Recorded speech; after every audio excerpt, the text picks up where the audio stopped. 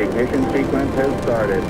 5, 4, 3, 2, 1, 0.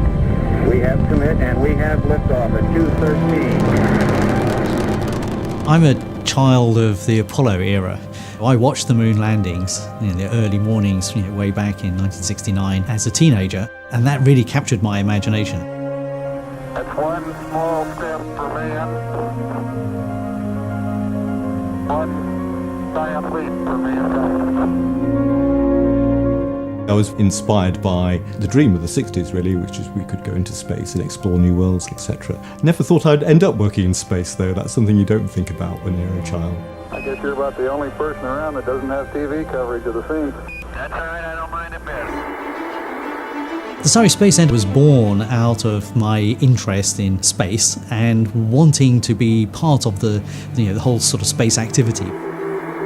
I started tracking some of the then Soviet and US spacecraft, trying to work out what they were doing, because of course all information wasn't public in those days. And it turned out it was pretty easy to pick the satellites up using amateur radio equipment that we could buy quite cheaply. And so myself and my lab technician colleague Eric, we actually built a ground station and involved our students with it. After about 5 years, it just seemed that the next step was, why not try and put something into space? Why not try and build a satellite? It could be built by a small team in a university, launched, work and do something useful. I couldn't quite believe it when the rocket actually lit up and you could suddenly see it leaving the launch pad, and it was carrying our microsatellite that we'd made into space. And all of a sudden, the world woke up to this, and now small satellites are all the fashion. And so over the years, we've worked both as academics researching the technology and of course teaching this to now several generations of students.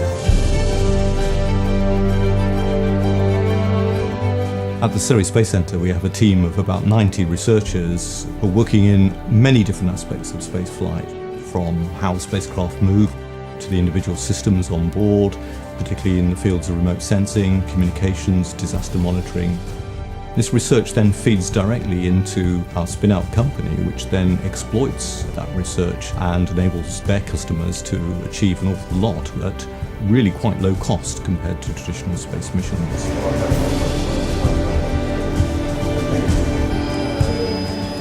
We result in technology that greatly enhance the onboard capability of spacecraft with much reduced cost.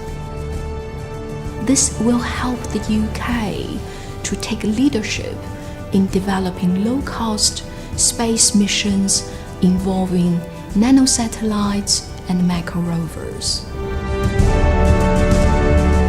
From the beginning, we have shared our knowledge. All the countries that previously couldn't justify large expenditure in space, now space becomes practical and affordable, and they can apply it to their own particular needs.